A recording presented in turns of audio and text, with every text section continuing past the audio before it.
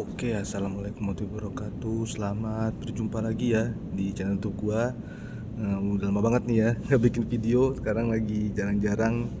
Tapi kali ini gue bakal bikin video khusus nih ya. Jadi ini review film lagi. Jadi kemarin hari Sabtu ya. Gue habis nonton film. Ini bisa dibilang apa ya? eh Sebenarnya tadinya film ini tuh nggak terlalu gua nantikan ya, tapi setelah ngelihat apa ya, pencapaiannya nih di Cannes Film Festival kemarin bulan Mei, gue jadi penasaran nih film ini tuh seperti apa sebenarnya, karena dari trailernya juga ya ada misterius sih, jadi nggak terlalu reveal banyak. Dan yang gue tahu ini film dibuat oleh sutradara yang berasal dari Prancis ya. Jadi eh, sutradara ini juga apa istilahnya ya, mainnya di genre-genre body horror ya. Sutradaranya namanya Coralie Fargeat. Dan film ini berjudul The Substance ya. Jadi The Substance ini mungkin gue kasih sinopsis sedikit. Jadi The Substance ini adalah sebuah film yang menceritakan tentang seorang artis ya, seorang selebriti yang sudah berada di masa-masa tuanya ya. Apa istilahnya ya, ya sudah mulai dilupakan lah, mulai dilupakan oleh halayak ramai. Jadi eh, karena apa ya, karena pergantian zaman ya, pergantian zaman, jadi dia mulai dilupakan. Nah, baru dipecat dari pekerjaannya sebagai eh, apa istilahnya, instruktur aerobik lah. Jadi dia punya acara aerobik itu di TV. Nah, dia dipecat akhirnya.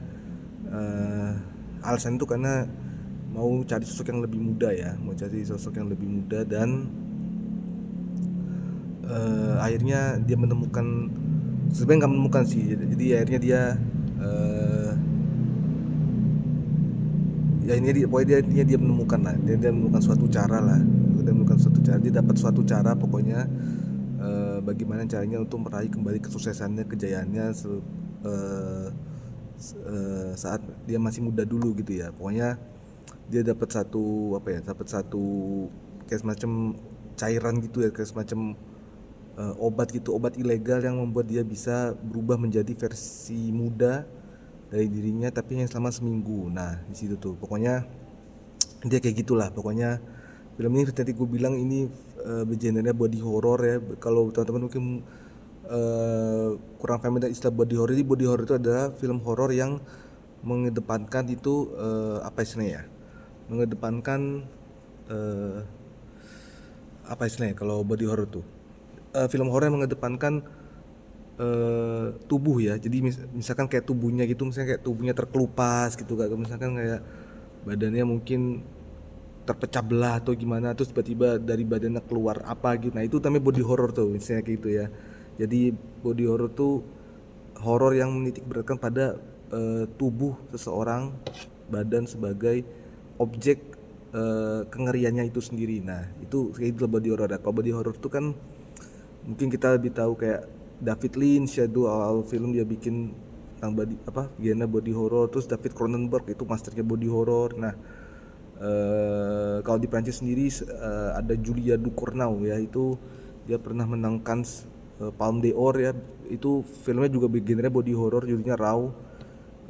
Katanya sih lebih apa ya, lebih sadis ya, lebih ganas dari film ini. Tapi ini mungkin bisa dibilang ini body horornya ya apa ya, mungkin body horornya nggak se ekstrim kayak film-film yang gak di film-film yang lain gitu ya, mungkin yang lebih parah dari ini. Tapi bisa dibilang ini cukup ngeri juga sih ya, walaupun nggak ekstrim, ini cukup ngeri juga. Jadi Coralie Fargeat ini bisa dibilang ini mungkin film pertamanya ya dalam bahasa Inggris. Gue juga nggak begitu tahu Coralie Fargeat itu seperti apa. Gue baru tahu bener-bener karena film ini ya, The Substance ya. Gue nggak tahu terkenal seperti apa. Tapi sebagai seorang yang cukup awam ya dengan genre body horror, apalagi eh, jarang nonton film horor gue ya, pagi genre body horror, bisa dibilang ini film ya menurut gue nggak terlalu disturbing banget lah maksudnya. Mungkin nggak tahu, ini preferensi pribadi kali ya, tapi kalau gue tahu ini film body horror pasti bakal banyak kengerian, pasti bakal banyak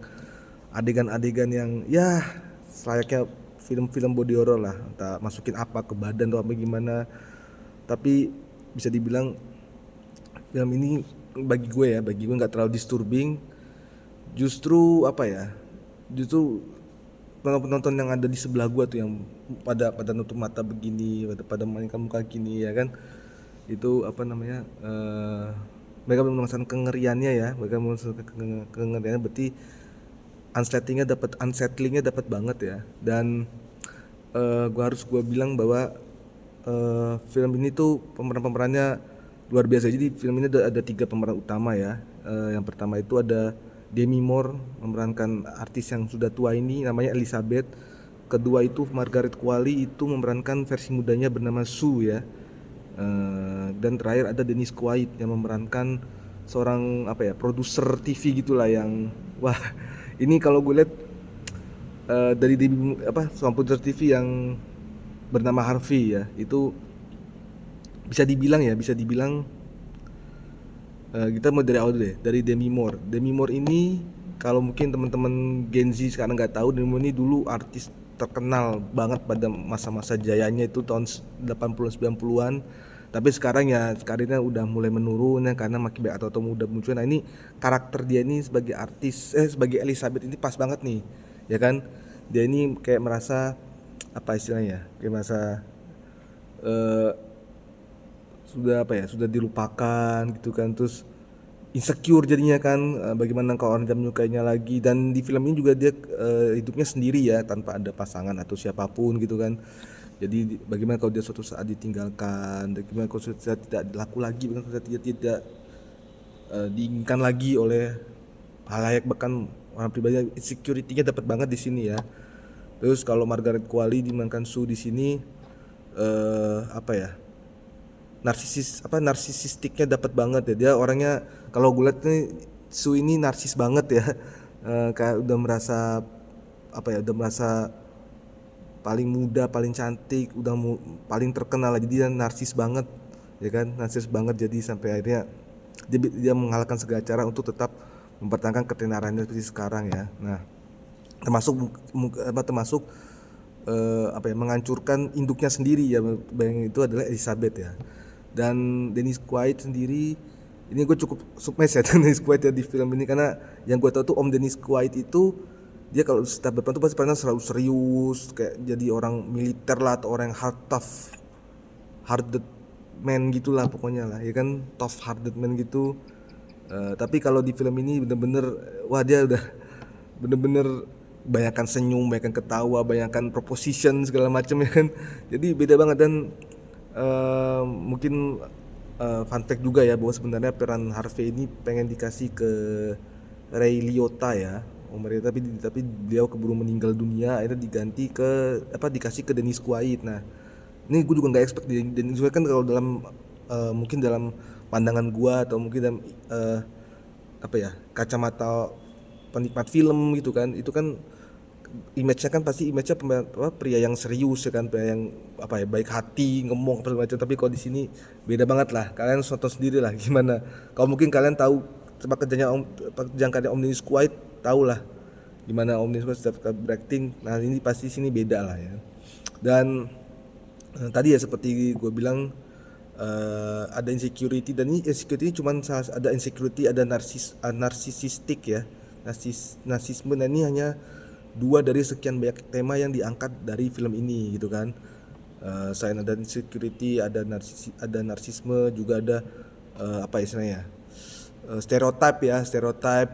Ini mau apa ya, kalau misalkan orang yang sudah tua pasti nggak akan laku lagi, pasti akan selalu dicari orang muda. Jadi kapitalisme juga ada di sini kan, apa ya, dari acara TV ini kan, misalnya orang-orang selalu mau cari yang muda, produser selalu mau cari yang produser selalu mau mencari orang-orang yang lebih muda gitu kan, supaya acara TV-nya laku, supaya bisa dapat duit banyak. Nah, ada insecurity, ada narsisisme, ada kapitalisme gitu kan. Terus juga ada apa lagi ya, ada nilai yang terkandung tuh, bahwa tidak semua tidak semuanya itu bisa diukur dengan kecantikan gitu, tidak semuanya bisa diukur dengan ketenaran. Pokoknya eh, tetap bersyukurlah itu dalam apa yang sudah kita dapat dalam hidup ini. Pokoknya banyak banget banyak banget yang bisa banyak banget yang gua tangkap ini tema-temanya kayak gitu tadi ya. Jadi ya itu kayak insecurity, narsisme ya, terus eh tadi itu kan apa namanya, kapitalisme, pokoknya macam-macam lah tadi yang gue sebutkan lah. Nah, ini gue nggak bakal spoiler ya karena biar teman-teman nonton sendiri. Tapi satu hal yang selain dari eh, selain dari pemerannya sendiri, yang tiga pemeran utama itu yang berarti bagi gue cukup bagus mewakili mewakili karakter masing-masing di kehidupan mewakili karakter masing-masing di kehidupan nyata. Bahkan Om Deddy Kobusier beda 180 derajat dengan karakternya sendiri sebagai aktor. Nah, satu yang patut gue puji juga dari Cory Vergette sendiri, dia bikin skenario. Ini sebenarnya skenario ini cukup kompleks ya, cukup kompleks karena tadi gue bilang dia tackling banyak issues ya. Kemudian juga dia basicnya tuh body horror, jadi gorinya dapet gitu kan. Terus artsinya dapet ya, artistiknya dapet, tapi nggak melupakan juga pesan-pesan yang kayak tadi gitu kan. Nah, dan gue lihat juga Cory Vergette ini baik sekali memunculkan homage gitu ya. Mungkin dia terinspirasi dari banyak sekali film ya. Yang bisa gue lihat homage-nya itu The Shining ya. Baik banget adegan terinspirasi The Shining itu kelihatan banget. Terus Carrie ya, film Carrie itu, kalau teman-teman nggak tahu, film Carrie itu film horor tahun 70-an ya. Ada satu adegan pokoknya yang istilahnya itu paying homage banget ke film Carrie itu ya. Terus apalagi ya, pokoknya banyak lah ya. Tadi bisa dibilang tadi dua itu, The Shining, Carrie, dan satu hal lagi pengen gue puji ini adalah angle kamera ya, pengambilan gambarnya sama editingnya ini benar-benar top notch ya bagi gue lah, benar-benar top notch. Apa ya istilahnya, pengambilan sinematografinya sama editingnya itu, kalau bagi gue beda lah, kayak film-film yang pernah gue tonton sebelumnya gitu ya. Even misalkan kayak film Christopher Nolan kayak Oppenheimer terakhir kan, kalau ini dia kayak sinematografinya dari segala sudut, angle-nya, terus maju mundur gitu kan. Terus editingnya babet gitu, kayak tapi disatukan kayak asal babet tapi bisa menyatu gitu loh dengan sempurna setiap adegannya gitu, setiap scene-nya. Dan satu lagi yang paling kupuji adalah makeup departemennya, kostum departemennya, the best bagi gue, the best sekali. Ini gue tahu ini film body horror ya, pasti bakal banyak properti karena ini pasti kan, kalau body horror kan jarang kalau pakai CGI atau pasti practical effects kan. Gue tahu bahwa pasti bakal banyak melibatkan properti bikin mungkin kostumnya gitu, atau mungkin makeup artis makeup pemerannya sendiri kayak gimana, yang pasti bakal unsettling. Bagi gue salut ya dengan makeup departemennya yang bisa membuat Demi Moore sampai hampir nggak dikenali di sepertiga akhir film. Nah, itu bahkan mungkin gua aja tadinya sendirinya tuh nggak mengenali, gua kira ini stuntman gitu, atau stand in yang di make up seperti sedemikian rupa. Tapi setelah gue lihat lagi, ternyata memang bener itu tante Demi Moore sendiri yang mungkin dalam sejarah kan Demi Moore kan pasti selalu main jadi kayak wanita cantik, wanita diva gitu teman. Tapi kalau di sini dia bener-bener into dengan perannya di sepertiga akhir film, dia sampai berperan dipakai prostetik kayak gitu ya. Terus apalagi ya, waktu adegan dia berubah juga, itu bener-bener kelihatan banget